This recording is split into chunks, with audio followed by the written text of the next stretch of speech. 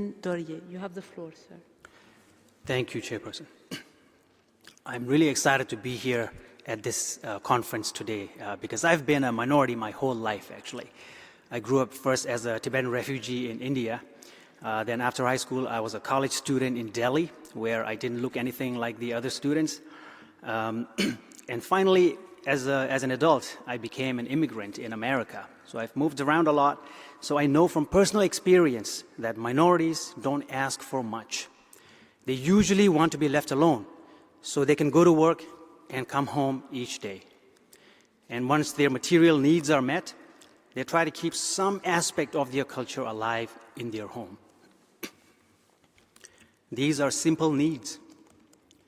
They don't strain the resources of any state, nor do they threaten the stability of society.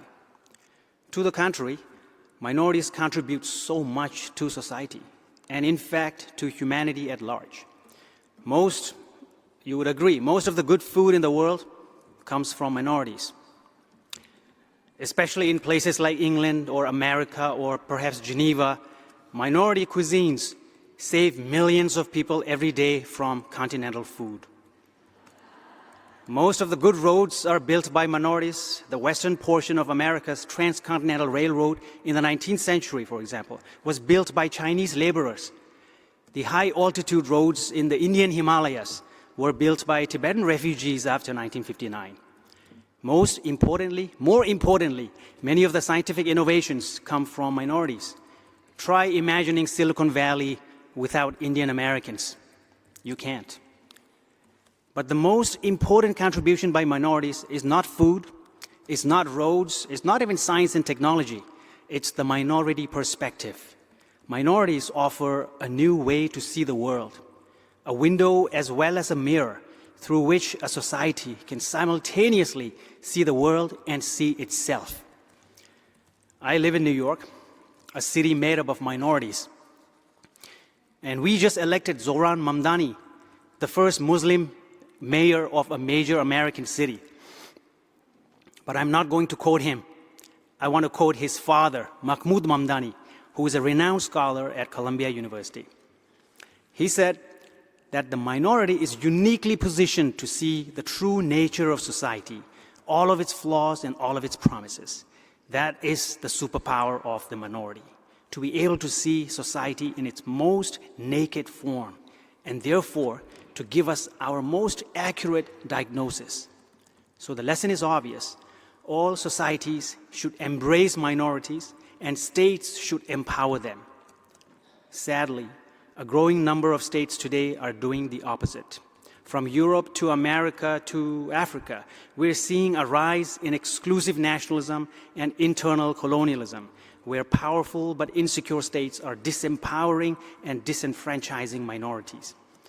One place where minorities have been most persecuted is the People's Republic of China. Since 2012, Beijing has adopted a range of hardline policies that seek to achieve the wholesale conversion and forced assimilation of Tibetan, Uyghur, and Mongolian peoples into the Han ethnic group. All because the government believes that the only path to political stability is through cultural uniformity and ethnic homogeneity. That in order to ensure national stability, minority ethnic identities must disappear. In Xinjiang, Beijing has rounded up more than 1 million Uyghurs into detention camps. It breaks my heart whenever I see my Uyghur friends because every single one of them has at least one family member in the camps. In Inner Mongolia, Beijing... Yes, the distinguished representative of China, you asked for the floor. You have the floor, please.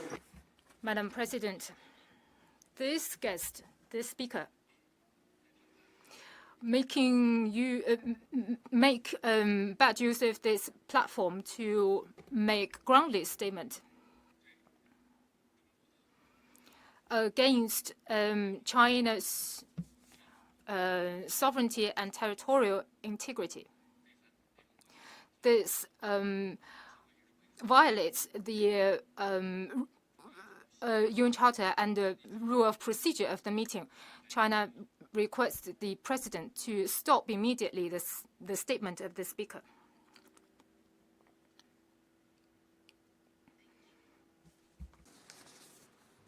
After listening very carefully to the statement by the Chinese distinguished representative, I would kindly request the Iran, you asked for the floor. Please go ahead. Thank you, Madam Chair. I sincerely thank your very nice and professional chairwomanship for the meeting and your repeated reminders to the NGOs and even the panelists for respecting the territorial integrity and sovereignty of the states.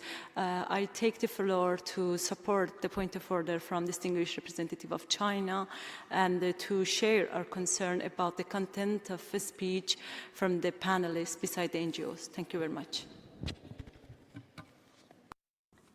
Thank you, distinguished representative of Iran. Is there any other member states requesting for the floor? If none, I would remind, as you mentioned, Madam, and I have been doing this for the last almost 2 days, that speakers and panelists are requested to uphold the UN standards and terminology when referring to countries and use each country's proper UN names and refrain from derogatory or outside the framework of the UN language. With that, I give you back the floor. In Inner Mongolia, Beijing has banned the use of Mongolian language in schools as well as public and social life. Thanks to this policy of cultural and linguistic erasure, about 30% of Mongolians in PRC can no longer speak their mother tongue. In Tibet, including TAR plus Kham and Amdo, Beijing is using the classic colonial tool of residential schooling to strip children of their language, culture, and identity. The government has placed 3 out of every 4 Tibetan students in colonial boarding schools where 800 to 900,000 Tibetan kids aged 6 to 18. The distinguished representative of China, you asked for the floor. You have the floor, please. Madam Chair, this speaker has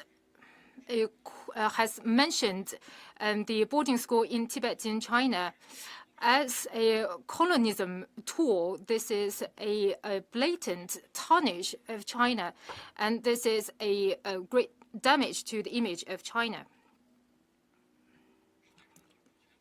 This is a severe intervention into the sovereignty and territorial of China, and this is a serious violation of the UN Charter. China requests one more time to stop the statement of the speaker. Any other comments? Based on what we just heard, and in light of the rules and procedures, I call upon the panelists and the participants as well to respect UN core values and principles and uphold UN standards when referring to countries and territories. And please do refrain from any language in contradiction with this. With that, I give you back the floor. Thank you, Chairperson. 3 out of every 4 Tibetan students in colonial boarding schools, 800 to 900,000 Tibetan kids aged 6 to 18 are methodically being turned into Chinese. If this is news to you, I invite you to look up a report titled Separated from Their Families, Hidden from the World, China's Vast System of Colonial Boarding Schools Inside Tibet. Sometimes states attack minorities because they view multiculturalism as a problem. But here's the thing about multiculturalism. If your society is multicultural because of immigration, you are actually lucky because immigrants contribute so much to society and demand so little. They're often willing to assimilate if that helps them succeed in other domains of life. But if your society is multicultural because you invaded or displaced some other nations in the past, then you have a much greater moral and legal obligation to provide them cultural autonomy and linguistic accommodation. These peoples have the right to self-determination under international law. Some argue that ethnic diversity leads to collective action problems. hampering the creation of an overarching civic identity. Others disagree, but here is what we know for sure. A hardline top-down approach to creating unity never works. It backfires.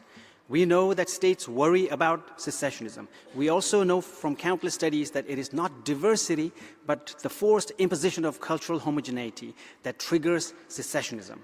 It is not the fulfillment of self-determination, but the denial of self-determination that paves the way to secessionism, radicalization, even terrorism. So every state should remember this. If you have one terrorist in your country, you have a problem. If you have 1 million terrorists in your country, then perhaps you are the problem. In conclusion, I recommend. Sorry, no applause in the room. No applause in the room. You're going to waste time and lose time for from our list of speakers. So I strongly encourage you to refrain from any action outside the decorum of the General Assembly and the Human Rights Council. With that, I give you back the floor, please. Thank you. And how much time do I have left? 15 seconds. 15 seconds. I recommend states should allow national minorities to exercise the right to maintain and develop their own languages and cultural practices.